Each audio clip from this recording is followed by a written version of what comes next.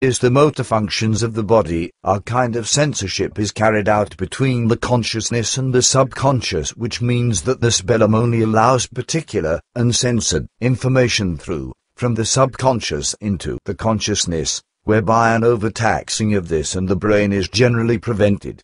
Thereby, on one hand, the human being's arbitrary actions are restricted because the cerebellum's censor hinders this when it processes information from the subconscious and transfers it to the consciousness.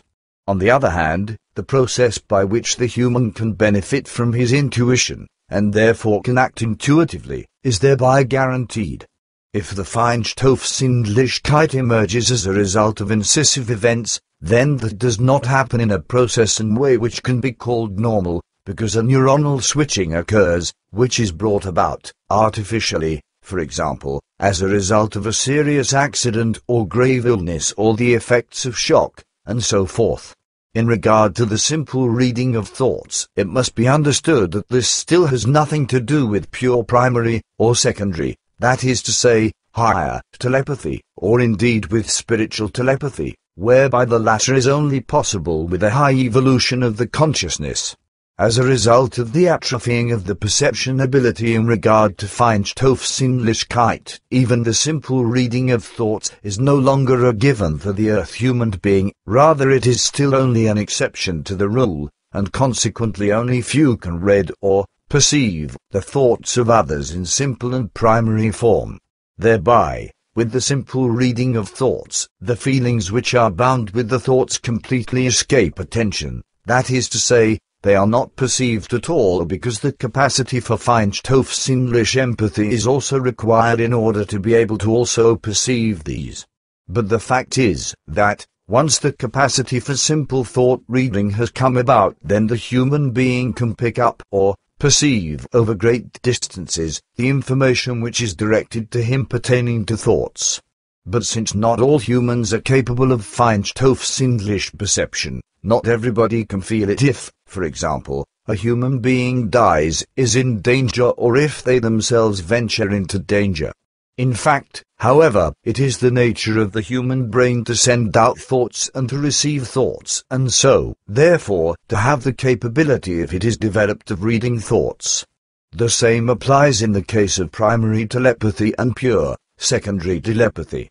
However, the fact that not all human beings have an equal ability to read thoughts precluded thereby the telepathy forms because the human of the earth is not yet capable of this pure ability is because the brain works against this capability as a result of the pronounced rational intellect. However, self-protection is also built into this rational intellectual position, as was already explained in another way. Were it not for this self-protection which prevents the uncontrolled penetration of foreign spiritual fine sensitive feeling, thought vibrations and feeling vibrations, and which can be steered and opened, as desired, with sufficient mastering of the feinstoffsinnlich realm, and thereby also with the mastering of the reading of thoughts, then the brain would be uninterruptedly exposed to a monstrous flood of foreign stimulations pertaining to spiritual fine sensitive feeling, to thoughts, and to feelings, with which one could not cope and which would inevitably lead to insanity. However, in order to prevent that, because the earth human being has indeed turned to purely rational understanding, the brain has learnt, during the course of evolution, to organize and make a choice about everything. Basically, what there is to say about that is that the entirety of the whole thing is the consciousness, which works according to a structured system and according to a certain graded order.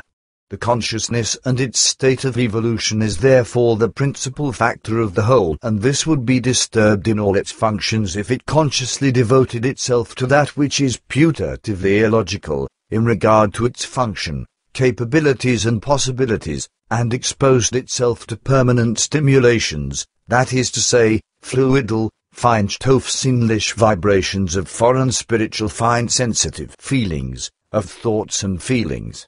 The consciousness itself, as well as all its forms, structures and the entire hierarchy, would thereby be weakened. But so that cannot happen, the brain, in the course of evolution, has developed a system of protection through which it is protected from uncontrollable external stimulations, that is to say from feinstoffsinnlich influences.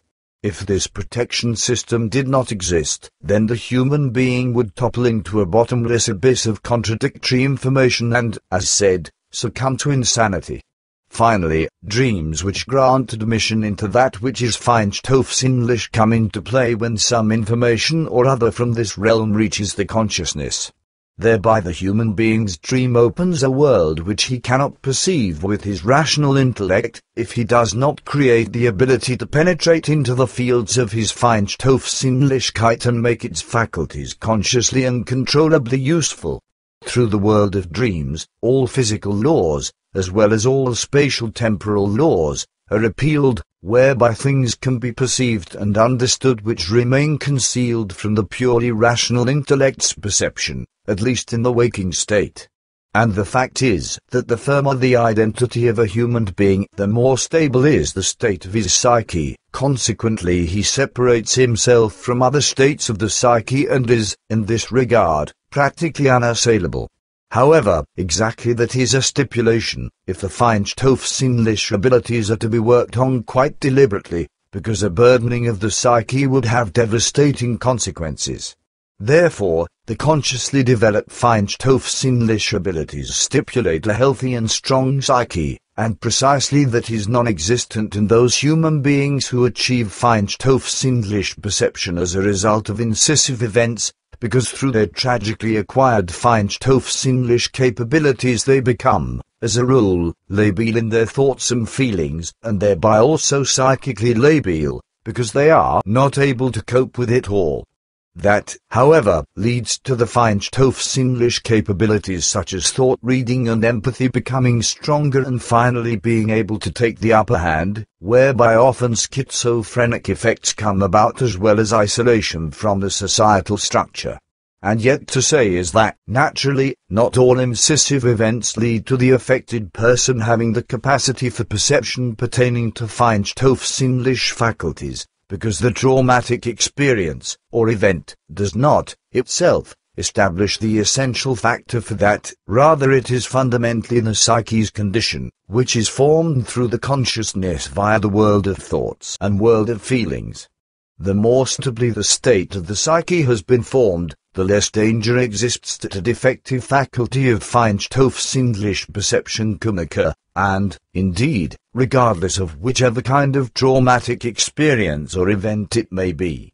Therefore, with the conscious and deliberate learning and utilization of feinstoffsinnlich perception, it is absolutely necessary that the entire world of the consciousness as well as the world of thoughts and feelings, as well as the psyche, are in an immaculate condition, otherwise dangers pertaining to confusion, and so forth, are evoked, which cannot be assessed and cannot be prevented. The End.